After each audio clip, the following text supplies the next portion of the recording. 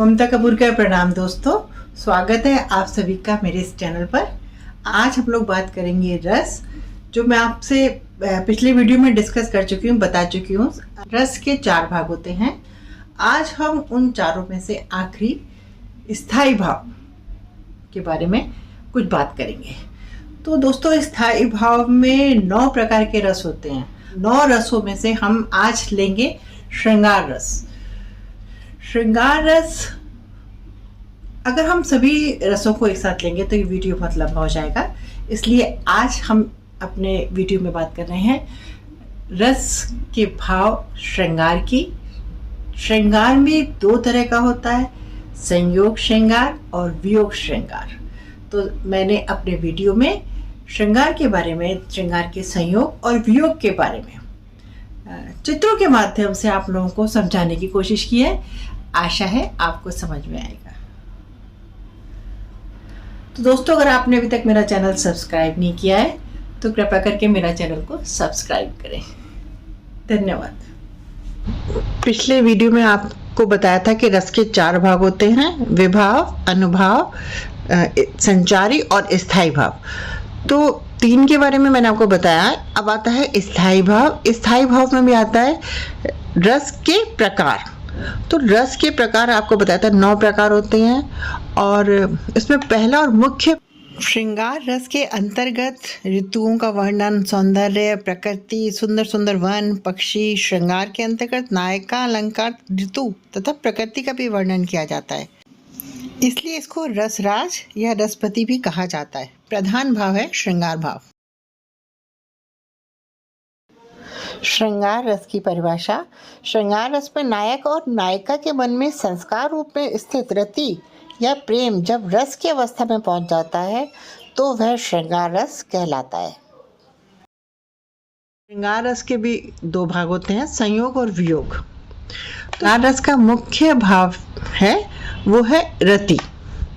आइए आगे समझने से पहले एक बार इन सभी रस के प्रकारों के भावों को भी समझ लेते हैं। ये हमारे थे श्रृंगार, हास्य, रौद्र, करुण, वीर, अद्भुत, विभत्स, भयानक, शांत।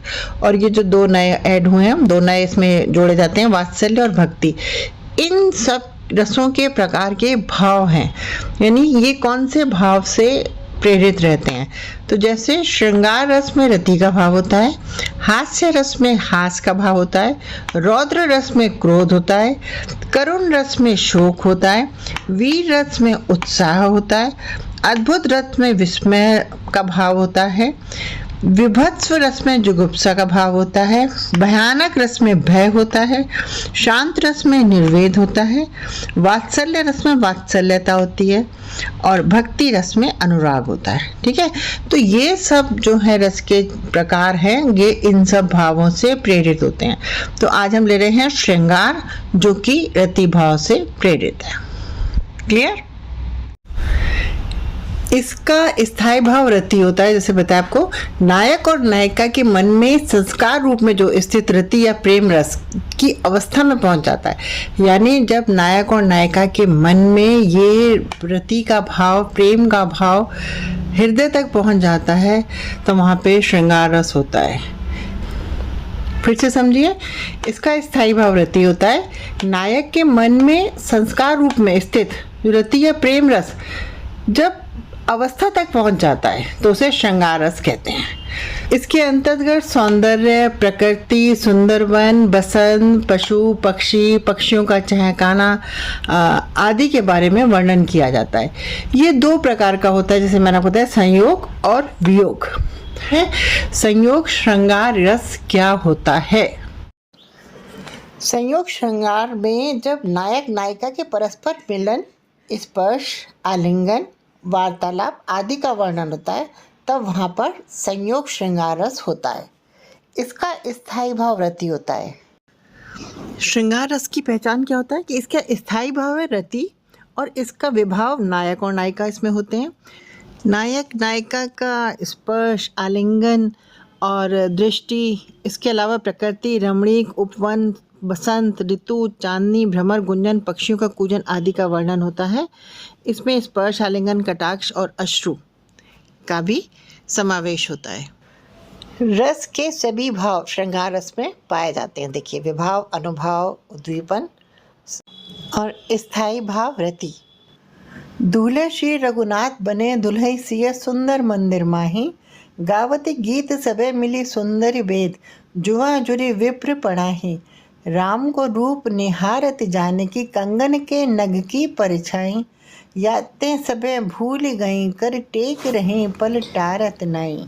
इस पद में स्थायी भाव रति है। राम आलंबन, सीता आश्रय, नग में पड़ने वाला राम का प्रतिबिंब उद्दीपन, उसी प्रतिबिंब को देखना, हाथ टेकना अनुभाव, हर्ष एवं जड़ता संचारी भाव। अर्थात इस पद में संयोग श्रृंगार का प्रयोग हुआ है।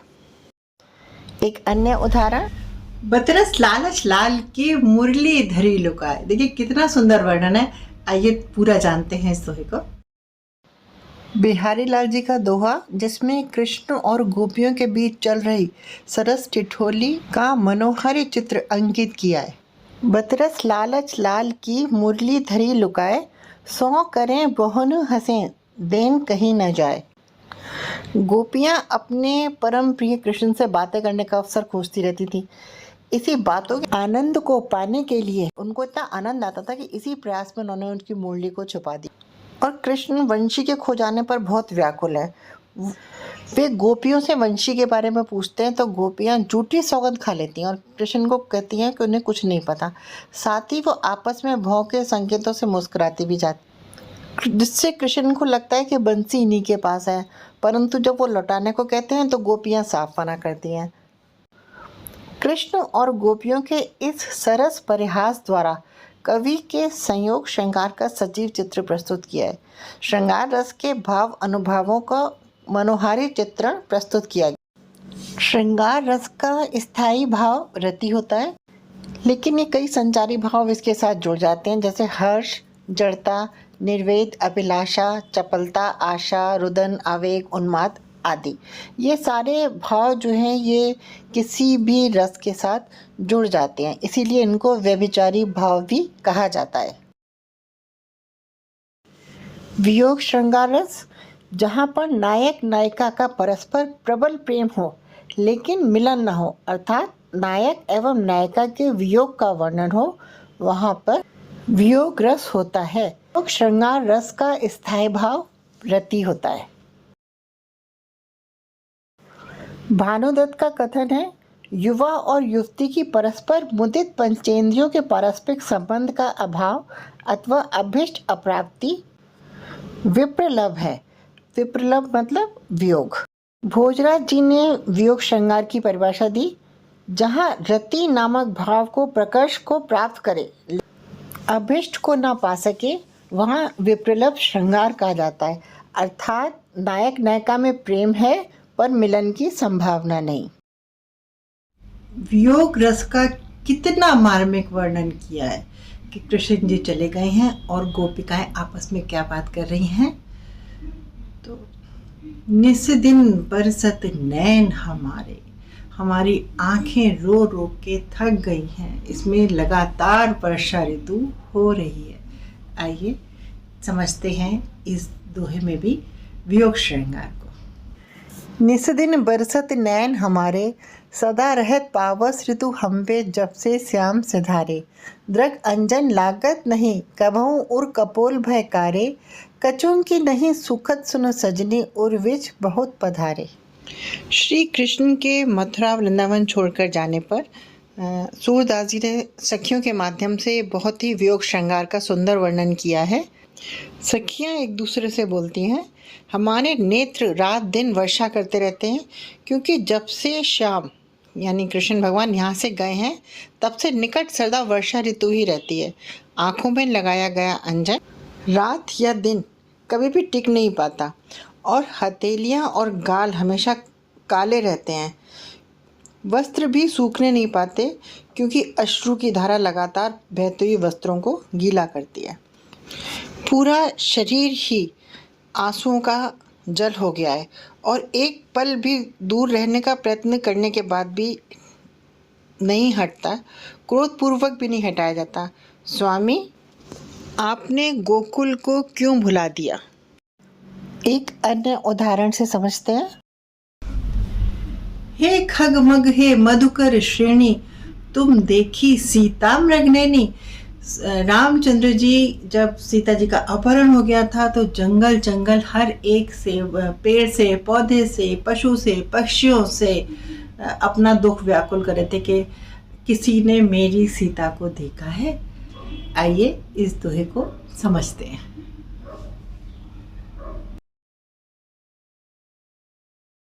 हे खग मृग हे मधुकर श्रेणी, तुम देखी सीता मृगनयनी।